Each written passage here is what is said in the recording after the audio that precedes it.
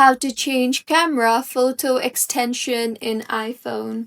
Hello everyone, I am Bishaka and welcome to our channel. Now let's get right into the tutorial. Firstly, go ahead and launch the settings application on your device and scroll down to the bottom and you will see the apps option. Tap on that and then tap on the camera option you see there, or you can also tap on the search bar and search for camera. Once opened, tap on the Formats option there.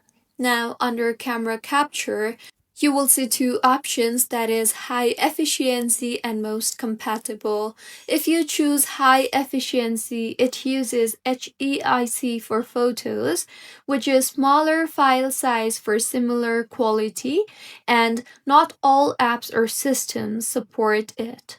And if you use Most Compatible, then it uses JPEG for photos and it is more universally supported in websites, older devices, etc. But larger file size for same quality is required. So this is how you can change camera photo extension in iPhone. If you find this tutorial helpful, please like the video and do comment if you have any queries. Also, do subscribe to our channel for more helpful tutorials like this.